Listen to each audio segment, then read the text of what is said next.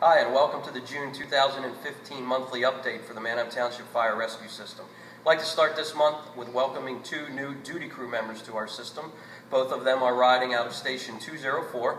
Michael Fideli comes to us as a senior duty crew member. He's currently a live-in in Montoursville in Lycoming County, where he's going to paramedic school. And would also like to welcome Cooper Brown, who is the younger brother of Tucker Brown, one of our other live-ins at Station 204. So when you see those guys around on the fire apparatus, welcome them to the Manheim Township system. Also, I'd like to talk this month very briefly about our Employee Assistance Program.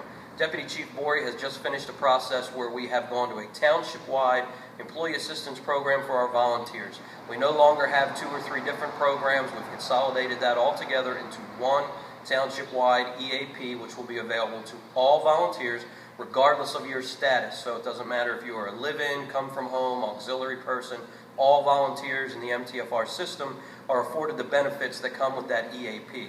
I think there's a lot of folks that maybe have not ever understood what all is included in that employee assistance program. So on Monday night, July the 20th, for about 45 minutes prior to the Monday night training that's scheduled for that night, we will have a representative here from the new EAP program to explain to all the volunteers what the benefits are that you can get from that EAP. So again, that will be Monday, July 20th. There will be an email coming out to the staff in all 3 stations. But if you can make that orientation that night starting at 6:30, I would highly recommend you do that, and then training will follow after that. Speaking of training, for this month, BLS protocols are going to go into effect July 1st, which is in just a few days.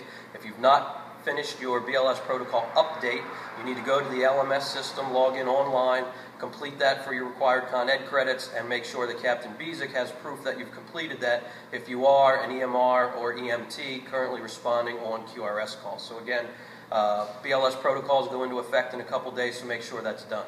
The hose load project that we've been working on for about the last 6 to 7 weeks, in particular taking a look at how the long line is loaded and deployed off the rear step of the structural pumpers. That project is now complete. All of the input that we've taken in the video that was shot of people pulling lines in the manner that they thought might be best for us is now being reviewed. So all the officers, the MTFR officers and the volunteer officers in the system will take a look at those. We'll sit down and meet, and we will come up with what we believe to be the best way to deploy that line in our system. So that is coming up. Also, when we talk about training, Keystone Firefighter Training, which is scheduled for August 7th, 8th, and 9th, is a new program this year. It's a conference that's being held at the Philadelphia Expo Center in Oaks, which is down in Montgomery County. Registration deadline for those 3 days of training is this coming Thursday, July 2nd.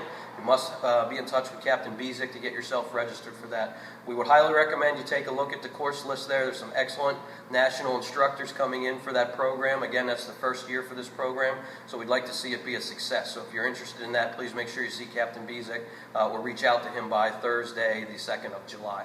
A couple apparatus notes for this month. All of our small squad and utility vehicles have gone through their yearly inspection and maintenance, so all of those vehicles are good to go and back in service. We have one structural pumper that we've been having a DEF gauge issue with, and that is being rectified as well. So those folks that have been reporting that DEF gauge to us over the last several weeks, that is being rectified today as we speak, so that unit will be back in service here in the fleet in the next day. I want to touch on the U.S. Women's Open, which is coming up the week of July 6th through the 12th, which is next week in early July. There's going to be some substantial changes for us during that 7-day period. What everyone needs to know, regardless of staffing, is the detour route. New Holland Pike, Route 23, is going to be closed to all traffic starting on Monday, July the 6th at 5 a.m.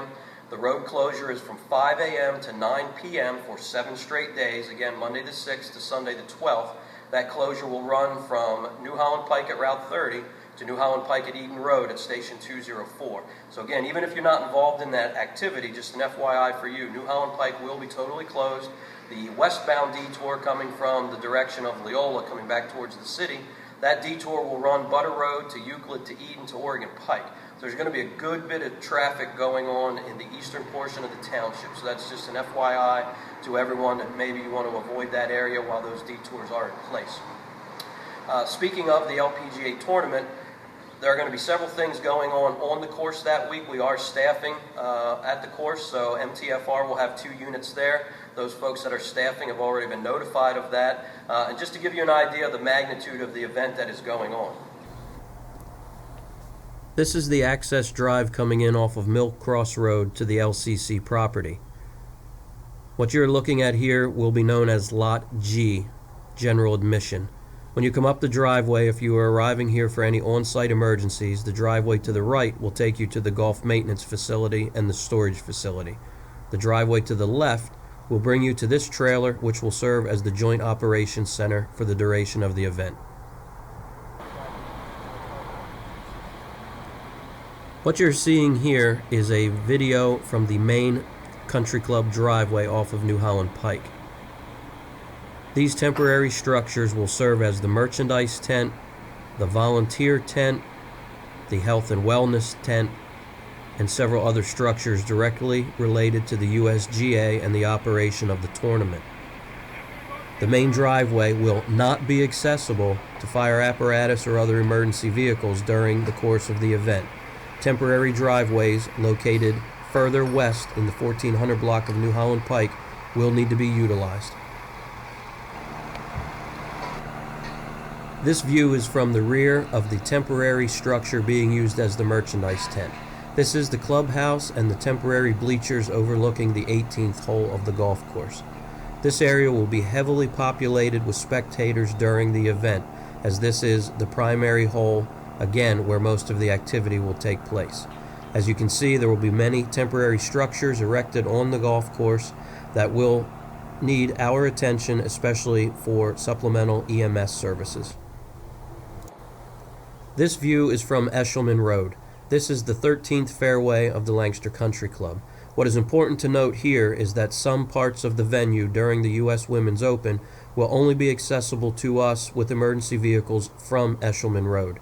You are looking across the 13th fairway. The structure that you see here is First Aid Tent number 2, which may have opportunity to transport patients from there via Eshelman Road.